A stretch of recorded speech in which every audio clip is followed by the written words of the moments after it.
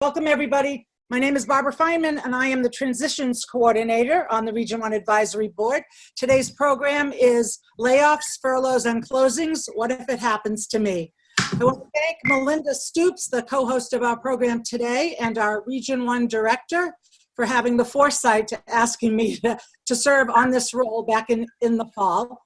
And a big thank you to the Communications and Publicity team, Caroline Horn, Kelly Brochu, Corinna Kramer, and Kat Doherty for their work on marketing and publicity, including the Instagram polls, which were great.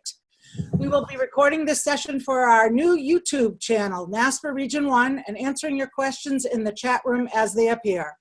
So let's get started. Did you like that? I wrote that all. Great job. Let me introduce everybody. Yes. I would like to introduce our panelists, and you can all wave. How's that? Jenn Forry, the Dean of Students at Emmanuel College, formerly at Newberry College. Hi, Jenn. Jenn Golojuch, the Associate Vice President for Student Affairs and Dean of Students at Curry College.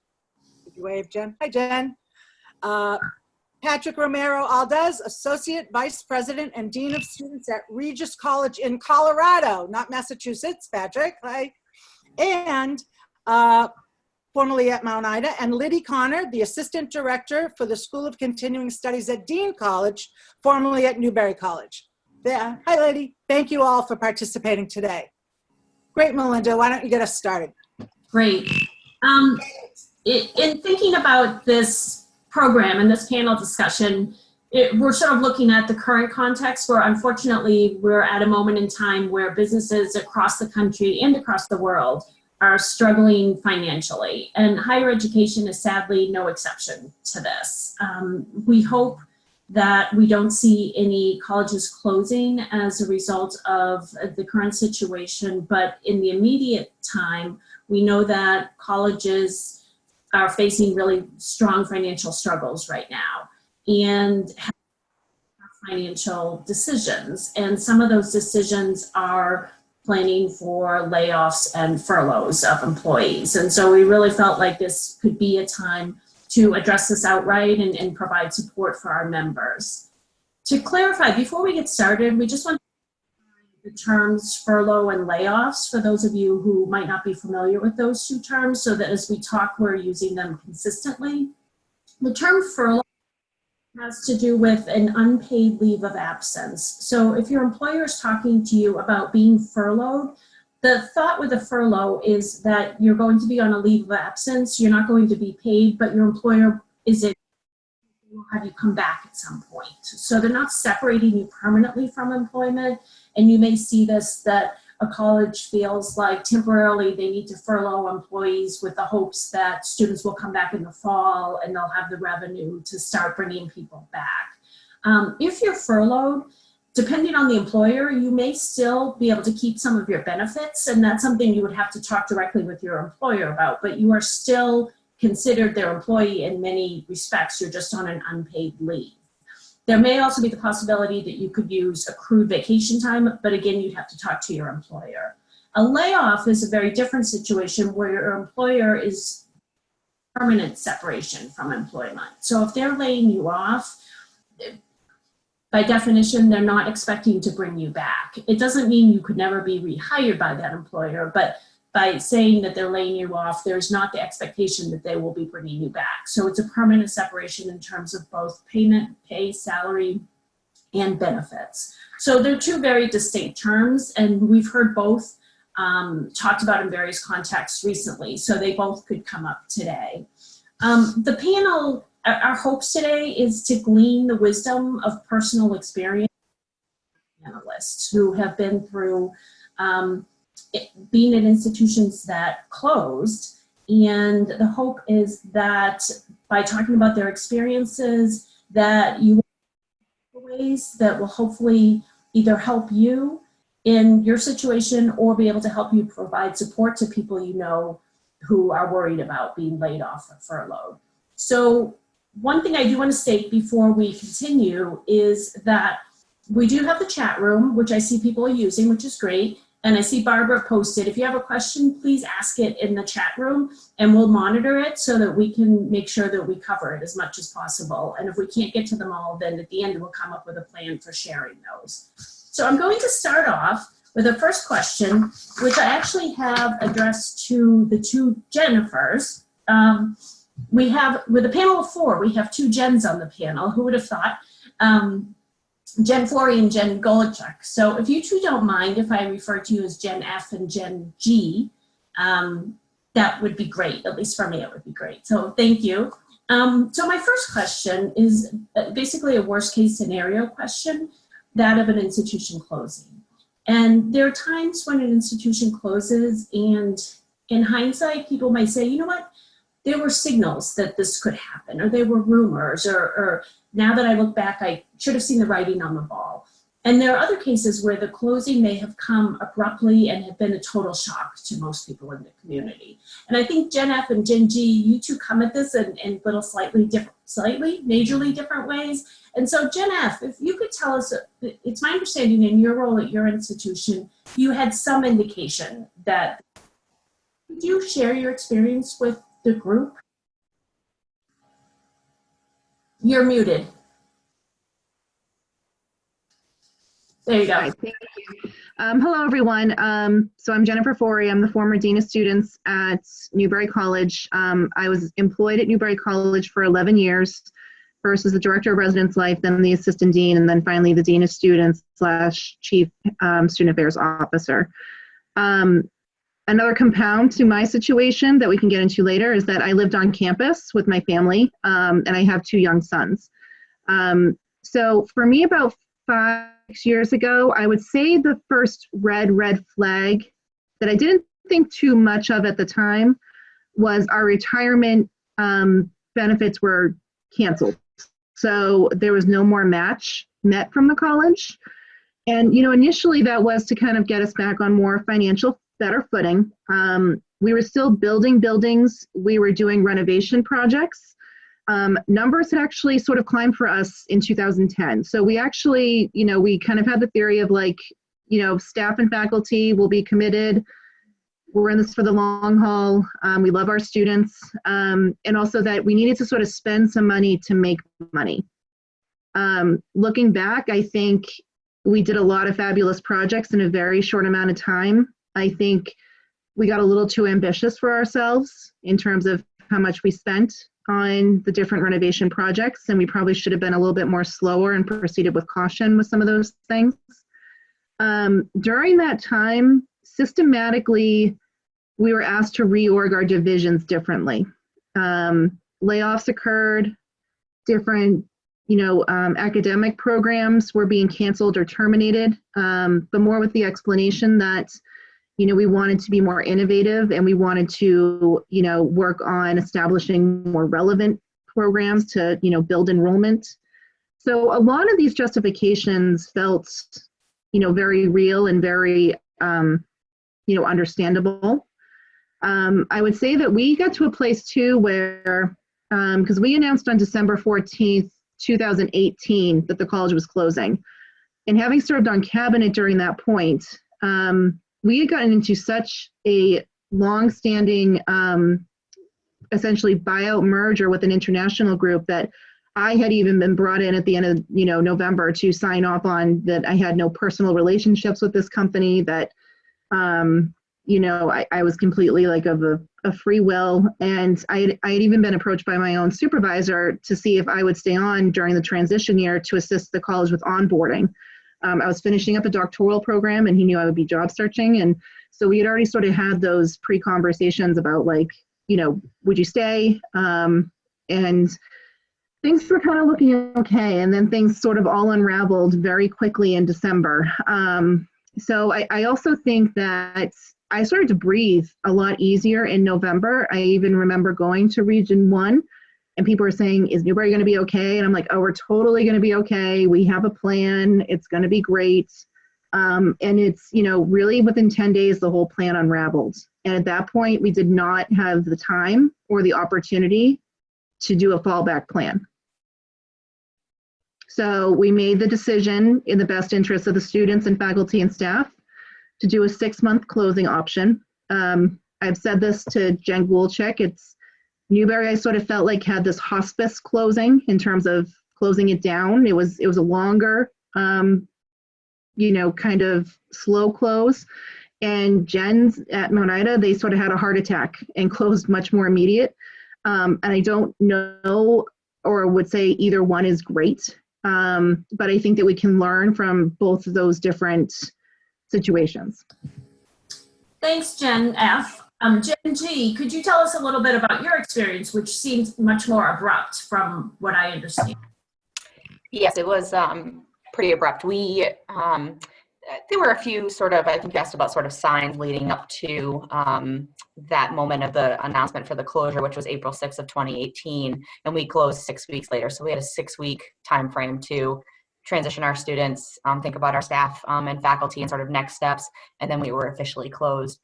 Prior to that, we had learned of a potential merger with LaSalle College in Newton as well. That was probably in October or November, I believe. And that was going to be our direction, and we would sort of coexist as two institutions for that following academic year and then sort of start that full sort of merger process. In February of 2018, we learned that the merger had fallen through, and we then were informed that that fell through. We'd be okay. We're going to move forward as a community. We had renovated buildings similar to what Jenn was saying. I think we had admitted it was either our largest class in 2017 or one of our largest classes in 2017. So we were thinking we were in a decent spot. We were hiring new staff 2 months up prior to the closure. We didn't have any signals in terms of the retirement funds being, the matches being stopped or layoffs or sort of positions being frozen. So we didn't have any of those, what would be, I think, pretty consistent signs that something was coming. So we didn't have those. So and then we started to get rumors prior to the April 6th announcement that there was some connection or a relationship happening with UMass, and then it was announced on April 6th. So yes, it was a very quick. Once April 6th announcement happened, I think then those next 6 weeks, we as a team were really our immediate focus was the students, and so what are we doing for our students? How are we caring for our students? How are we helping them, right? So that transition, and I think the tricky piece was not having all the information. So we're leading a group of students and our teams really with piecemeal information. And so I think within student affairs, where Patrick and I had our positions, we had good leadership, but it was still an interesting situation to navigate with using the information you had, not having the full picture, but using what you had and really being that support and helping students through a really difficult time, whether they were a first-year student or a senior. Each class of students really had interesting sets of concerns, and rightfully so. So I think a little bit different than Jenn's 6-month sort of hospice care, as she described it, versus our 6-week our 6-week closure was a little bit different in terms of those experiences. Thank you both for giving us a sense of what that was like for you in the moment.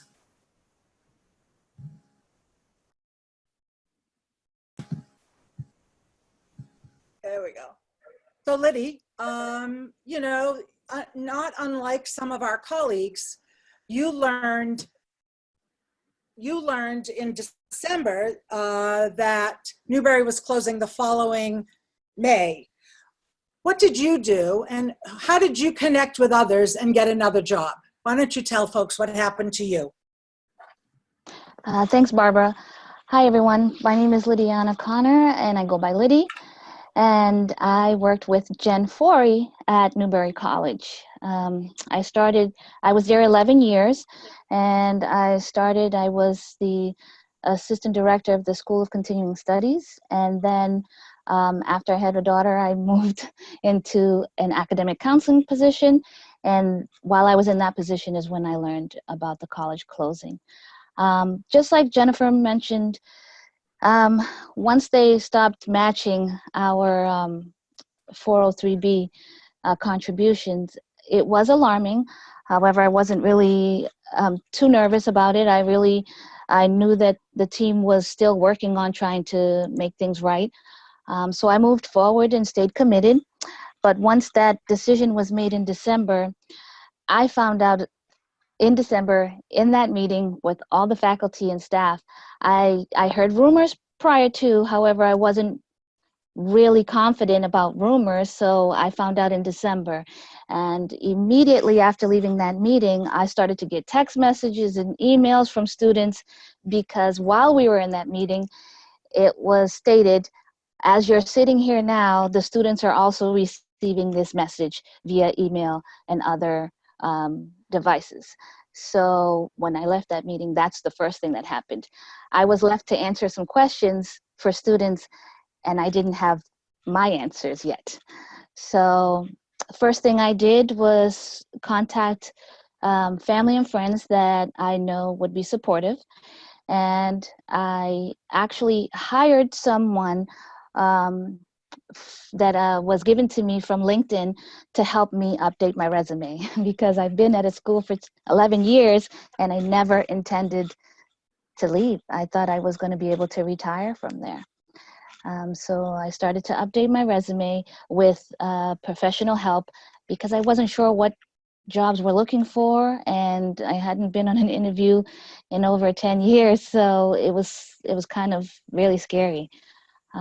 Once receiving that information from the professional, I realized some things that I wasn't aware of. That they mentioned many employers were looking at it in some type of algorithm. It wasn't even like your initial resume, that some particular jobs were using just word hotspots from your resume in order to see whether or not they were going to review it. So that's the reason why I received help from a person who does this professionally. So once I got my resume updated, I started to apply for jobs, and I realized I was applying for jobs, any job, even if I really wasn't interested in it at the time, because I really was scared. I didn't know what was going to happen, and would I be able to actually find a job after being in one school for 11 years. So Liddy, So, let me ask you, yes. when did you get the job? So from December to when?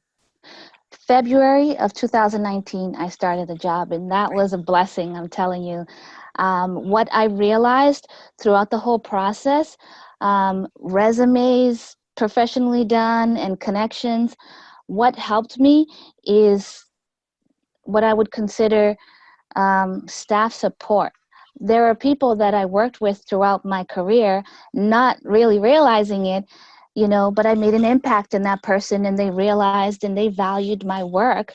So that person was able to say, wow, I understand that Newberry is going through these details. You know what? We have something over here. So networking really served well for me. Wonderful. Thank you, Liddy. Thank you. Lydia, as you were talking, I was just struck by your description of, connecting with someone to update your resume and sort of going into that, I don't want to say panic mode, but maybe panic mode of like, I need a job.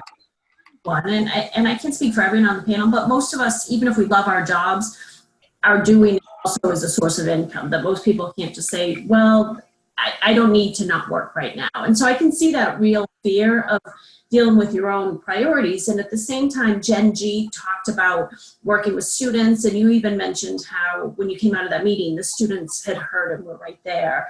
And then you have obviously colleagues who need support and are looking to you for support. And Patrick, I'm wondering if you could tell us a little bit about what it's like to sort of balance all those competing demands. It must feel very overwhelming in some respects.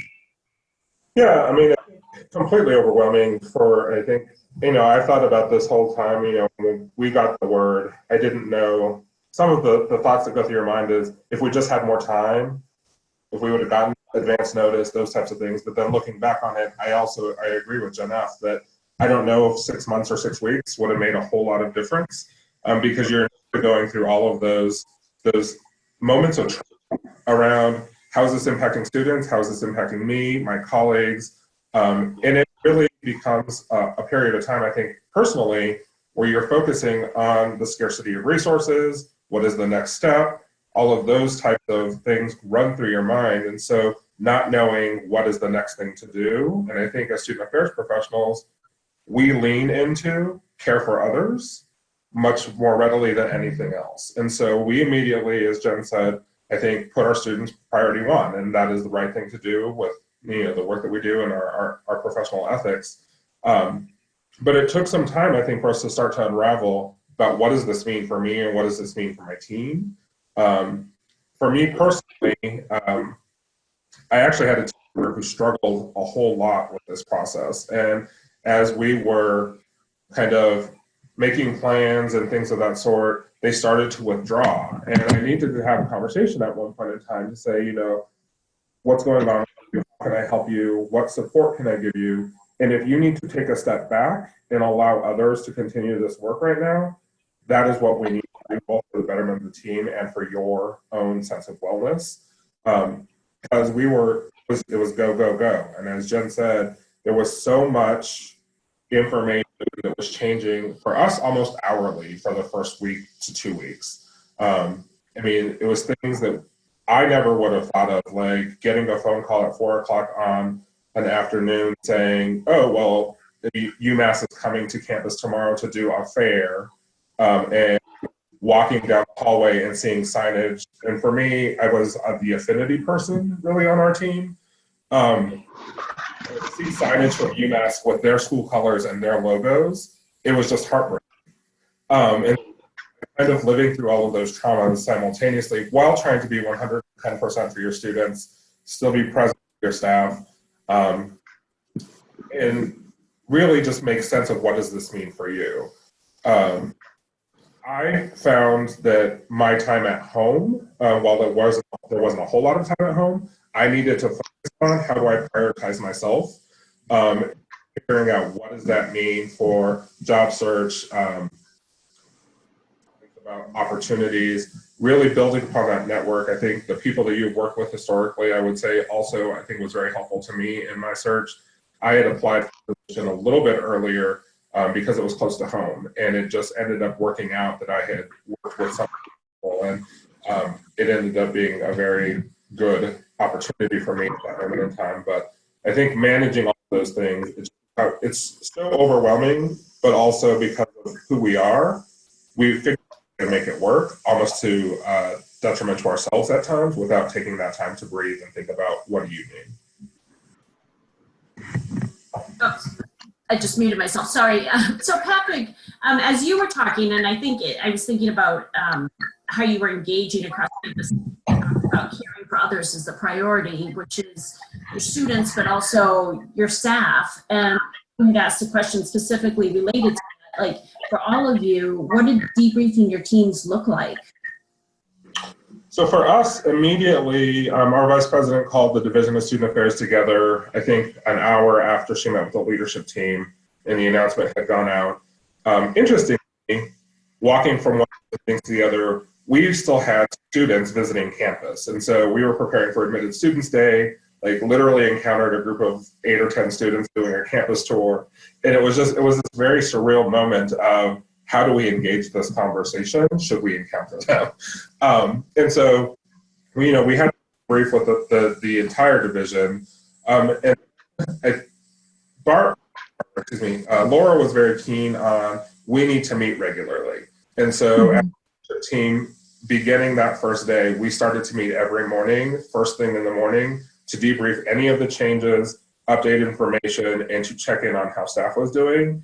And then as her leadership team, I think she expected us then to go and do that with our teams, do that check-in, and follow up with staff. And I think for me, as I shared with the one colleague who was having a significant struggle, we were in so much motion. Even in those check-ins, I did not necessarily see the withdrawing until it got to a point that I was like, what's going on? Because this is not you. And so I think it was, taking the time to think about what is a plan, and how can we have open communication, support one another, be in our feelings, because that was an important part of the process for us, I think, in the morning meetings with the leadership team. It was the opportunity to be like, this really sucks this morning, and this is how it's impacting me. And then we got into business. But having that opportunity and those check-ins, and then I think, we also focused, Mount Ida, I think as most of our institutions, was a fairly tradition-rich campus in many respects. And so we try to lean into those traditions to also build a sense of support for our students, our staff, and our team. And so leaning into lunches together and things of those sort that we didn't want to necessarily see go away, building upon those opportunities to do those check-ins and help one another through what is a really trying time. Well, thank you, Patrick. Sorry. This is Jen, F. I was just going to add in that, you know, at Newberry, because I was running a division, and I had the opportunity to be told the day before on December 13th that we were closing. So I had a day to at least digest my own feelings so I could regulate myself and compartmentalize those feelings the next day when I knew my staff would needed me the most. One thing that I did, which I know my staff found beneficial, was I told them to take the weekend, but on Monday they had to come in with their resume and I had to look at it. And, you know, from there it was, you know, how are we going to make sure that they have a job, they have a place, but also that all employees at the college, because we also had to make a plan of, you know, we couldn't expect employees to stay until May if they got a really great job in February or March. So how could we be creative and utilize of campus to pitch in? And one area for me was athletics. A couple of the coaches came over and even moved into the residence halls to help serve on call and run some of the administration things during the week, which, you know, was mutually beneficial. And also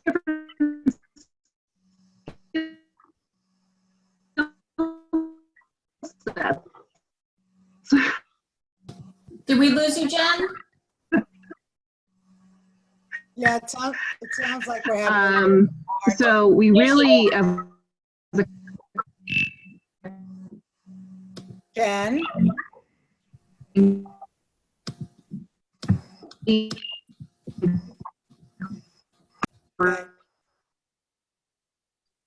Okay, why don't we, since Jen's having technical difficulties, why don't we move on to the next question, and then when she's back, we'll be back with her. Great, somebody can text Jen. Can you all hear me? What I'd like to do is I'd like to ask the panelists, since there are people on the call who have been furloughed and some think they're either about to be furloughed or laid off, let me ask the panelists to provide 2 pieces of advice to prepare. What would you do in hindsight now to prepare for an eventual layoff or furlough as we move into this difficult time? Jen G, can you start that for us? Absolutely. I think what I would recommend in terms of some advice based on what my experience was is I think several people have already said it, like updating your resume. I think it's easier in a time to update your resume when you're not forced to have to update it. I was the one where I was like, yep, I've been at Mount Ida for 9 years. I updated my resume. I should have done it annually. I didn't, I will be honest. But then I started updating it after we had gotten the announcement. And so I was already stressed in a situation where then I was like, I need to make this resume look really good because I need a job, right? And so if you think about it, if you are concerned about that, if you're trying to plan ahead, take some time to really review your resume, review your current position, make sure that that's ready to go, because it'll be one less thing that you may have to spend some time doing under what could be a stressful situation. As you're reviewing your resume, I would take some time to assess your skill set. Which goes into my second piece of advice, which is be flexible with what you may look for if you are in a position where you need to look for a new job, whether you're laid off and looking for new opportunities. So, you know, in my role, I took an interim position. I would have loved a permanent position to start. It did end up being permanent, which I'm very thankful for, but I had to be flexible with what my options were. I applied for a position that was sort of similar to like an administrative assistant type of position at a local college. So I would really kept my options open. And I think evaluating what you and your family needs, if you have family that you are with, to determine what are those needs and how can you be flexible with that, going into something of a potential search might be helpful to you as you're planning. Great, thank you. Liddy, what would be 2 pieces of advice that you would give to our audience about preparing for and looking for a job if it happens to them?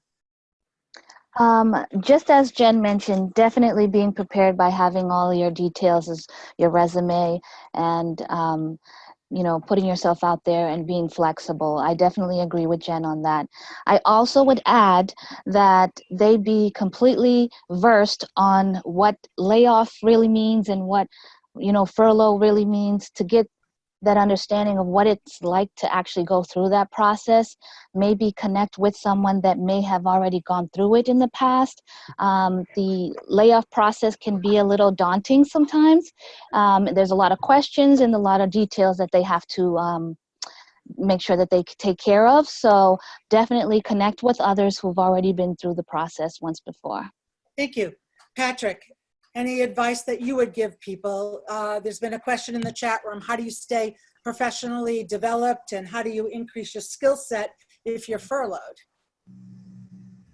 I would say one of the bits of advice that I would provide is, in these times where if your institution is going through potentially budget woes or things of that sort, one of the things that first gets cut is professional development.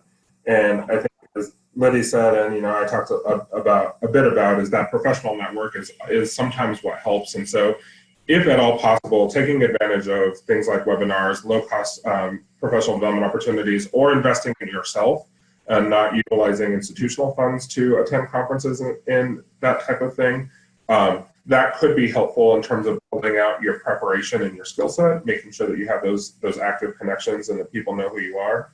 The other bit of advice that I would provide, and fortunately we have some really good leadership in our division who advised us to do this, but hire an employment attorney to review severance agreements and things of that sort, because we're not necessarily trained to manage those types of things, and making sure that you are being treated as fairly as you should be treated and that things are happening as they should be is one of the things that helped me to feel more secure, that I had somebody who knew what they were doing reviewing this 70-page document that I then needed to sign off on as part of the process.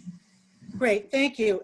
Jen Forry, I want you to provide some advice that you also have to the people on the program, but people have asked, how did you plan for the financial implications of not having consistent money?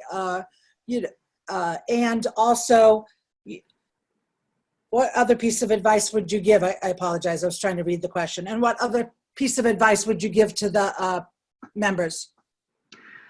So that's a great question, and it's a really tricky thing to navigate because, for me, I had a plan for not only not having a job, but I had to secure new housing for my children and myself. I'm a single mom, and that was new to me. So that also had a pretty big impact on my income, or, lack of what the expected income was going to be. So for myself, I had to sit down and really make a priority list. And, I was, in the midst of writing my dissertation, and I had to sort of reprioritize and say, it's okay for me to put the dissertation aside right now because I have other things I need to focus on. Even though it killed me to have to delay finishing, it was the right decision for myself and my family. So that allowed me to give me more time to make arrangements with a financial planner in terms of my savings. I had option A and option B. And I think this is also good advice to anyone. Never ever knock the relationships you make at a college, or satellite locations or partnerships that aren't even directly affiliated with the college. I live in Brookline, which is a very expensive city. And the one thing my kids asked was, please, can we stay in our school? And how can you not want to do that for your own kids? I was given the opportunity by my now landlord, who the college had leased this building from, to actually rent my current condo, which was a godsend. I didn't have to spend, upwards of $10,000 on moving. My kids have been able to stay in the house that they've grown up in. So that really helped us restabilize. And he was even generous enough to let me stay on in June at no cost. And I think the reason I bring that up is he really appreciated the 11 years of work I did for him on behalf of his building and how I took care of the building for him. So I think it's just always important that no relationship should ever be knocked where you work. They're all important. Secondly, I had to think broadly of, what do I go for? I haven't job searched in 11 years. I know that I'm a way different professional than I was when I went to Newberry back in 2008. I knew I had different skill sets to share. So I applied for a variety of things. I had to say to myself, I might need to go down to a director level, and that's okay. And I honestly, it was a tremendous blessing that Emmanuel happened when it did and how it did, and really enabled me to continue the work that I truly love doing, and also not have to pick up a commute.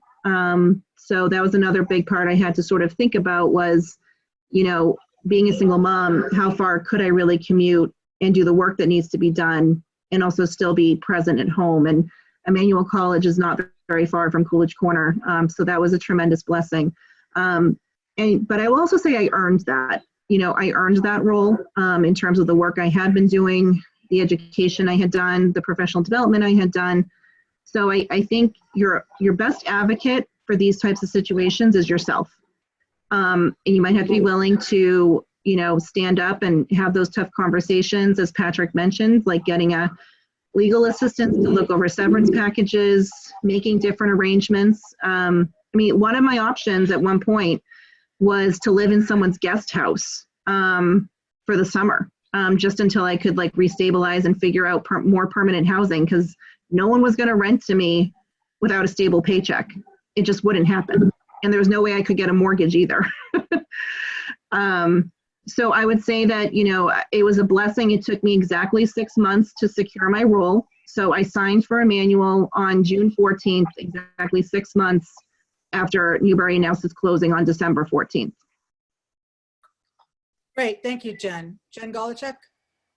Yeah, I think the only thing I would add for information is sort of, as Jenn was mentioning, sort of the budget piece and the financial piece in her situation is another sort of piece of advice is really looking at your personal budget now, and whether you're an individual, whether that's a family, whatever that looks like, and what are those expenses, right? So if you are living on campus and had that as part of your package, as Jenn did, what does that mean? If you are someone who rents a place, if you have a mortgage to pay, what are those key pieces where start to take a look at those things now so that you're a little bit more aware of what to expect. In Patrick and I's situation, he spoke about the severance package. We received the severance package. And so we were able to sort of at least have that to look at in terms of as we were planning what those next few months or several months will look like depending on each person's situation. So start to look at your budgets now would be another piece so that you can start to really get a sense of what your needs are and how you can be flexible potentially with a search. And reach out to folks. I know Jenn mentioned she met with a financial advisor. There are a lot of folks who have some experience with budgeting and how to sort of help you through that if you're comfortable. That can be a difficult topic for a lot of folks to talk about, but I think knowing that there's resources available to help you have those conversations is really beneficial as you're thinking about potential, the need for that potentially in the future. Thank you. I don't know if I heard this specifically, and I apologize if you said this. I'm reading the questions in the chat and talking to you all as well.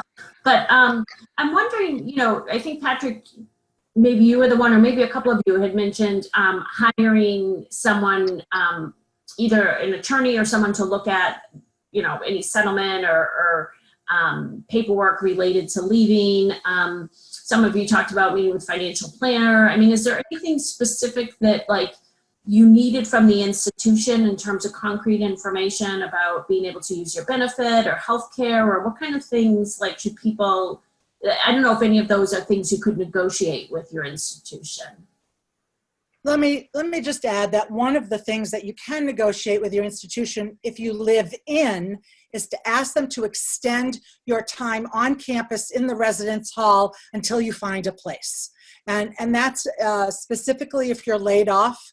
Those people who are being furloughed, they, for the most part, residence life people, they are being permitted to remain in their residences. But if you are laid off, that means you are out of a job.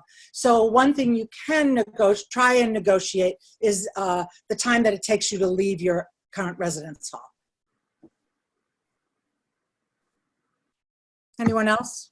I think beyond that, I think for us having the legal advice was helpful because you don't know at that moment in time. And so I think, we were waiting for these separation agreements and things of that sort to come forward. And when we got them, it was this packet of information that included, literally like list of birthdays of everybody at the institution. And like, why do we need that information? Like those types of things. And for me, it was helpful to be able to bounce ideas off the person around. Are there things that I can negotiate? What does this mean? If I sign this, what does this mean? All of those types of things, the questions that you don't know to ask. And they started, asking us, I think at times, have they told you about this or what have you? And I think it's one of those situations that every state is very different in terms of the law around how they separate and what information you have to be given. I think there are some federal guidelines as well. And so that legal advice for me was at least helpful to know, well, they've got this, they've got this, they've got this. You have everything you need to make this decision. Thank you. I And think I noticed in the chat, someone had mentioned EAP programs through your employer could be a great asset. And then a lot of employers obviously have outside groups managing the retirement plan. So they're obviously still a resource for you. and those EAP programs are available to you if you get laid off. If you get furloughed, the implication is that you will be back at work. And so I think we're really looking at two different things. If you're furloughed, you want to really use that time to grow and develop professionally. And yes, it's a hit to your salary, but it means that the college is really just trying to shrink the output of cash. With the COVID-19, the cost to our institutions to refund room, board, and parking and fees is extraordinary. And that's what's really killing everybody right now. So that's why you're seeing these layoffs. That's why you're seeing these furloughs. So if you're furloughed, that's very different than if you're laid off.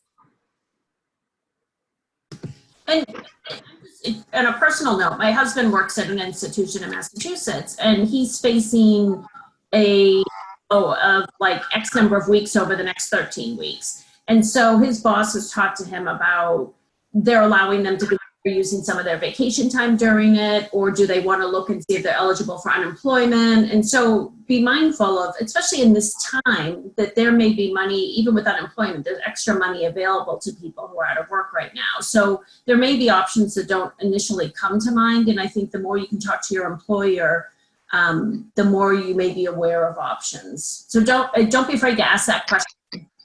I don't think there are any dumb questions to ask your employers. There's also a question here about being part of a union. I know, at least in Massachusetts, the state colleges have a lot of union folks, and I assume at other institutions in different states that's the case as well. I think that would depend on the union contract. I have worked at an institution where there were layoffs of union employees, so it doesn't necessarily mean you cannot be laid off if you're in a union, but the union agreement probably has some stipulation about that. And I'd say look at your union contract. Each union on a campus should have a union representative that you could talk to about that and get information from that person specific to your union and your campus. I think one thing to consider with regards to unions too, for those of us who are in programming and things of that sort, is, well, we were not in unions as our administrative professional staff. We had partnerships with different vendors who were union oriented, and I oversaw commencement. One thing I never thought about is the fact that we actually had our commencement picketed by the union because of what the institution has made, how it would impact our union employees. And so thinking about those relationships and kind of figuring out how to manage that on the front end is something I think to also consider.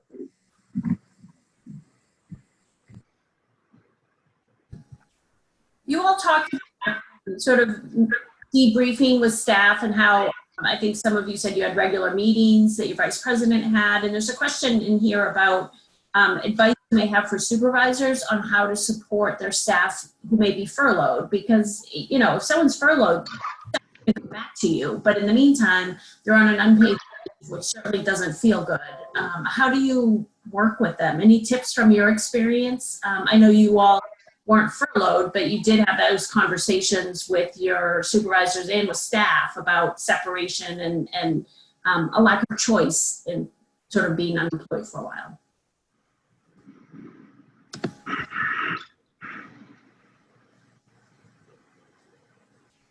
It's a good question. It makes us all think. No, I was just thinking. I was very lucky in terms of I pretty much had the same consistent supervisor my entire duration at Newberry. He was Paul Martin, and he did a 26-year stint at Newberry, so no one was really more invested than him in the college. But Paul really also invested in his people, and he taught me a lot about what it means to really advocate for staff and how to advocate for staff appropriately and how to have a really tough conversation, but kindly. And I think, this was since everyone was sort of reeling and going through the same thing, it wasn't exactly the same. I've done terminations in the past. I've done, we have to lay you off. It's not you, it's the college conversations. But this was like everyone was in panic mode. So a lot of things I did, I kind of took my cue from him just in terms of how he carried himself. But also really, doing the best job possible to be reassuring to staff while also being realistic. Like I would consistently ask them every week, what is your plan? Like, what did you apply to this week?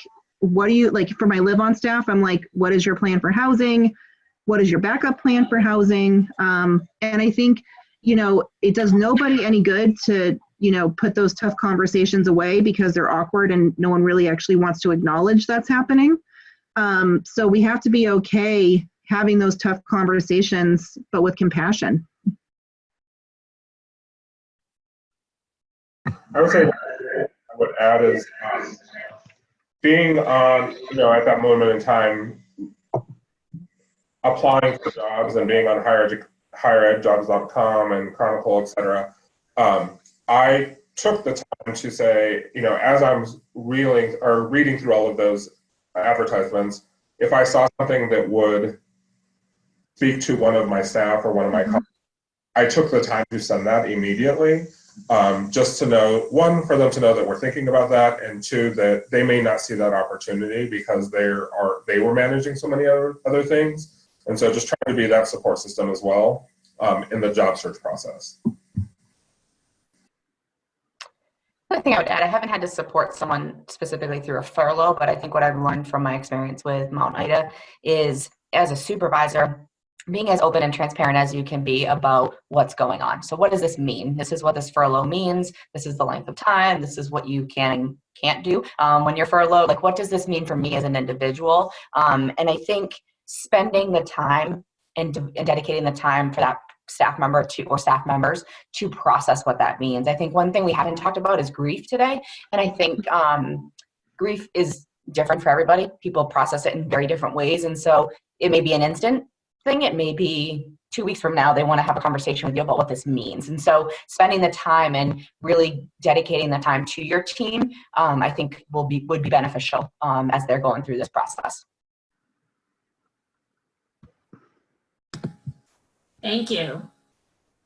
So is there anything, you all have lived through closings, and now not too long after the fact, you're in a situation where I assume, because it's everywhere, that your institutions are struggling, just like all other institutions. So I'm wondering, in your roles, are you doing anything different based on your experience that you're like, oh, sort of like, I know how to deal with this? And it's not saying your institutions are closing, but just that challenge of the anxiety that comes with the financial struggle. I would say what's been interesting is, given my experience at Newberry, I've been invited to more crisis management planning conversations, which I think in my role that happens naturally, but really pulled into some pretty different conversations. And some people have just said flat out, like, hey, you navigated closing a college. Like, what do we do here to make the right decisions? So I think that's, that's one thing. And then I would also say, I think for myself, and I think this is important for everyone to hear, going through that experience has taught me the right questions to ask. or to put the right questions on the table for other people to consider. Sort of going back to that first question of what were the flags, what were the hints? People were, pleasantly surprised that I was asking some very broad but direct questions. But my brain thinks differently now from this whole experience. So Jen, as you were talking about, you know what questions to ask. Someone said, what are those questions? No, that's a great question. So immediately, and I have this conversation with my own VP every week, is because staff asks, like, are we going to go to furloughs? Are we going to go to layoffs? Are we going to cut positions? What happens if we don't start the college on time in terms of revenue?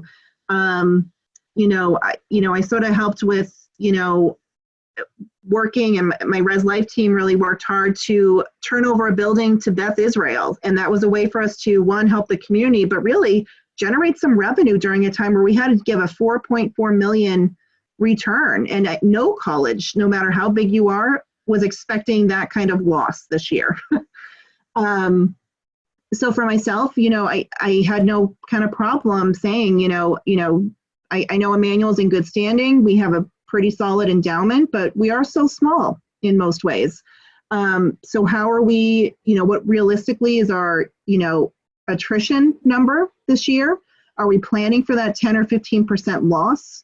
What does that look like in terms of the budgets? Are all department budgets going to be cut? And is that in terms of just like things like professional development or resources? Like I mentioned, in terms of the staffing, I went back and said, HR, is it being considered that we're going to lose some of our benefits to kind of, make up for this loss? So, and I have to say, Emmanuel, I'm very impressed with how thoughtful the senior leadership is at Emmanuel. And I think that's why Emmanuel has thrived for so long. They've made some really smart business decisions in the past. But I don't think, some people say the phrase like, this might be a dumb question. There's no dumb question when you think that your job is on the line or that you think your job is unstable. I mean, Jen, do you sort of have the same kind of weigh in? I do, yeah, no, I'm absolutely agreeing with what you're saying, for sure. Yeah, I would agree with everything that you said as well. My institution currently, we were preparing for a reduction in force before COVID. And so it has all happened in the midst of, we've been laying folks off, and now we're actually post-COVID, or not post-COVID, but in the midst of COVID, engaging in conversations about what furlough might mean as well. And so there is a significant morale issue because we just laid off a number of people's colleagues and peers and what have you. And then we're now talking about potentially leaning into furlough. And so I'm working with my staff now to start to lay out a plan. What does it look like if you're asked to not be here for 2 months, what have you, both for your personal plan, but also continuing operations to support, because we still have students on campus and we still have things that are going on.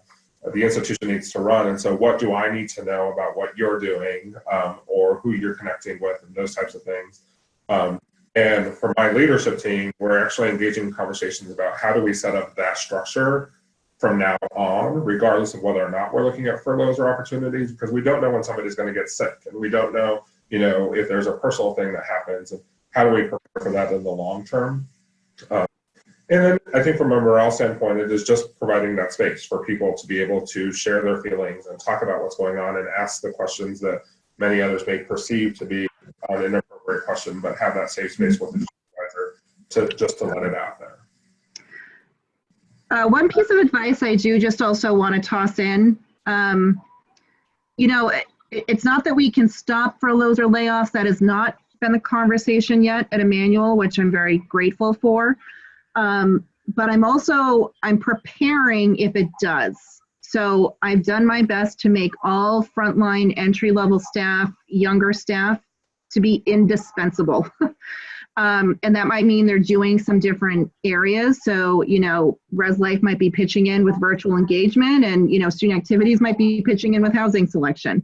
But I've also taken to, emailing the college leadership team every week with a summary of the impact that my staff is having with virtually engaging staying connected to students, because at any point, if, I had to be approached and said, you have to lose one, I want to come back and say, I really can't, because look at what this person is doing. And like I said, there's absolutely no guarantees to that. But I think that's one of those things I sort of learned from the experiences. How do you project the best work of your staff, and how do you make sure you're also sort of protecting your staff to the best of your ability? Thank you. That's a good tip, because I think we all like to think we're all indispensable, and I think the more we can back that up with concrete tasks and duties that really demonstrate the immediate functioning of the institution, the more helpful that is. I'm sad to say that we're 5 minutes to the end, and I feel like we could talk about this for a month, or at least until the whole pandemic's over with. But I think this will be the beginning of a regional conversation. And Patrick, you're out of our region now, but you're still one of us in spirit, so feel free to join our conversations. But before I talk about some other things, I want to start by thanking the four of you. You all, it hasn't been that long since you were in this situation, and I'm sure, reminiscing about all that isn't the most pleasant thing to do, but it's been really insightful. And I think that you've provided all of us, myself included, takeaways to think about more in terms of how to approach this, or if my staff are anxious, ways to talk about different things they can do to feel more settled in this time. I think preparation goes a long way in terms of just planning out and thinking. So thank you very much. In terms of continuing this conversation, on May 7th, which is I think 2 weeks from today, time's flying. In this hour, Barbara and I will be hosting another panel that is focused on beyond the brick and mortar, and it's focused on people in student affairs who are working either in roles that kind of support our functions, like outside vendors or whatnot, or in totally different areas. If some of you are feeling like you're worried about getting laid off and you want to look at opportunities not just in higher ed, but also outside, that could be helpful.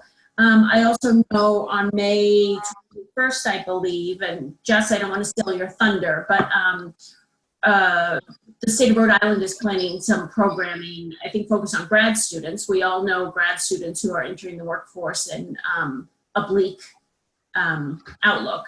And Jess, do you want to say anything about that? I know it's still in the works, but.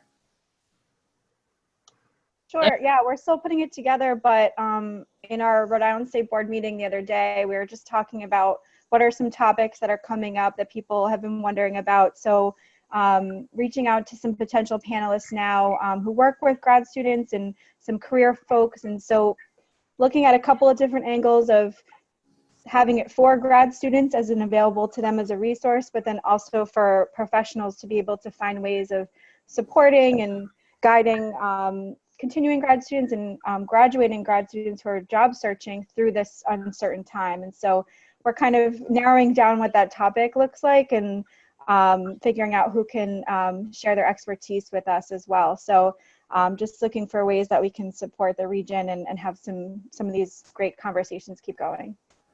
Thank you. We'll look forward to that, and you'll get more information. And lastly, we are working on, Barbara's working on, we're going to be creating a support group for people. So if you're worried about being laid off or furloughed, or you have been laid off and furloughed, something that would provide you an opportunity to connect with other people in the region to talk about some concrete strategies, and also just to get support from one another in this time, because I imagine that you may feel like you're the only one dealing with this, and you're not.